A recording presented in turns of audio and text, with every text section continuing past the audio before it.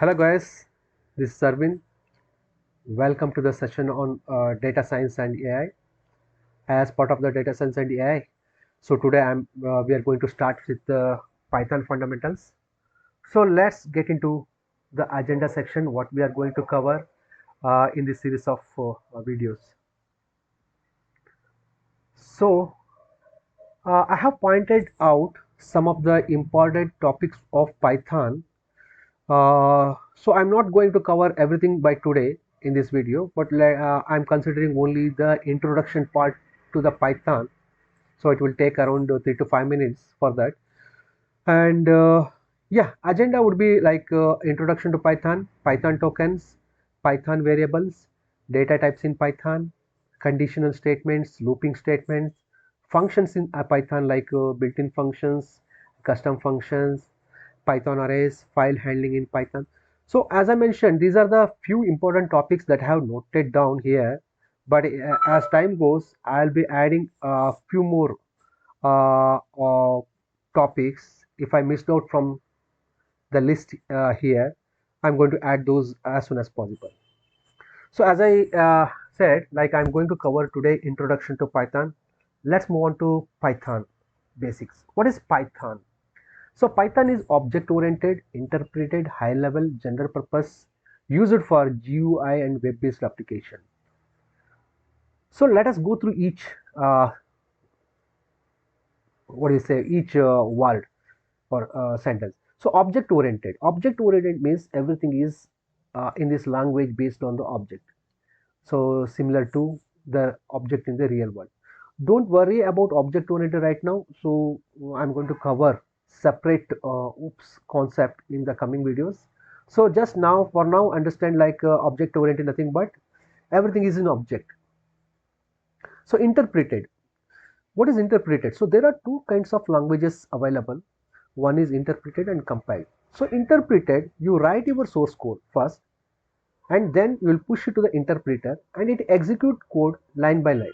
So basically, so this interpreter will directly execute the code line by line. So there is no compiled or intermediate language formed. So suppose like in the line number 52, it got error. So it stops there. So it will not execute whole code at a time, but it will execute line by line. So compile. What is compile? So you write your code or source code and then you will compile it first. So that will compile to some intermediate language IL using JIT compiler, just in time compiler or whatever it is, and then it will convert to machine code. So basically, if you see any .NET application in Visual Studio, when you compile, so first it will compile and it will form the IL or intermediate language. So then it will convert to machine code. So this is interpreted language. High level. What is high level? So here in Python, no need of taking care of like most of the things like garbage collection, memory allocations, etc. So this is a high level. Just we have to concentrate on our business logic. General purpose. So it is a general purpose language. That means like it is not limited to any one platform or one particular task. It can be written for anything, like you can write it for hardware programming, you can write it for data science program, you can write it for web desktop applications, etc. So obviously it is used for GUI and web based application, even desktop application also. So who invented Python language? So Python was invented by Guido van Rossum, who is a Google employee.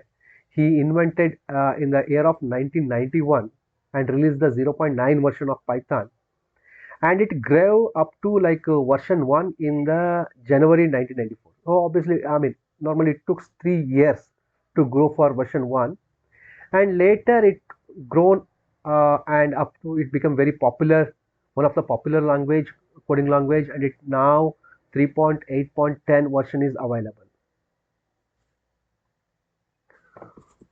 So the another question arises is why Python, or why we should prefer Python, or why we should use Python.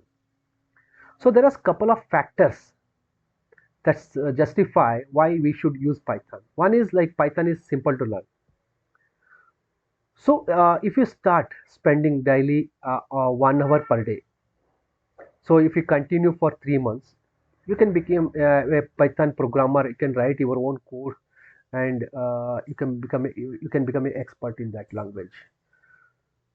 So that is easy to learn. Syntax also quite simple. There are libraries are there, so it is simple to learn. So it has libraries almost everything. Python provides lots and lots of libraries. You no need to write code from the scratch. For example, for web application, it provides Danjo libraries, and for data visualization, Matplotlib. So there are couple of libraries available. You just hook it and just play with that libraries. It is time saving and efficient. How it is time saving? As I mentioned before, uh, it provides lots of libraries, right? So obviously no need of writing code from the scratch. You can utilize it, and you can do your task. Efficient. Efficient means, I would say, this is a high level language. Another thing is like it depends on the code you write. If you write the code properly, then it will be efficient as well. It has large, active, and helpful open source community. Yes, of course, it has open source community. You can post your doubts or any clarification if it's required, any library or implementation logic. You can post it there, and you will get response as soon as possible from the subject matter expert for SMS. It offers career opportunities in various fields. Obviously, as you aware about, like there are lots and lots of opportunities are there on Python language in the field of data science, AI, etc. So it gives like exposure to lots of opportunity as well. Where we can use Python. So hardware programming. So basically C does support for hardware programming, but even Python also supports in some of the components or some of the uh, elements like Raspberry Pi. Raspberry Pi is a small device which is used for IoT. So you can use Python as well as a programming language. Machine learning, data science, deep learning. There are a couple of libraries are there. We can utilize them in Python for data analysis, prediction, etc. Web application, as I mentioned before, there are libraries Danjo, Flask you can use for creating web application. Cloud and DevOps, you can use certain libraries to hook up DevOps with your project. Desktop application, PyGTK, Cocoa.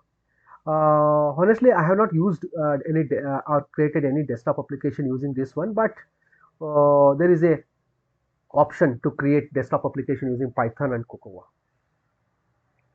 Python used by companies.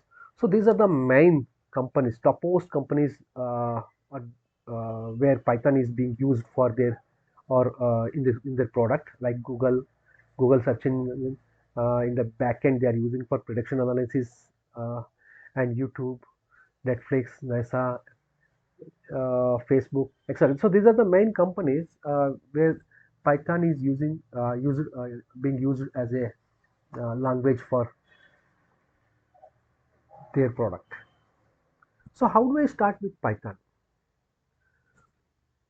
So there are couple of ways depending on depending on the operating system. Suppose you are using Ubuntu, you can write or you can run this code pseudocode in the your whatever the shell it provides.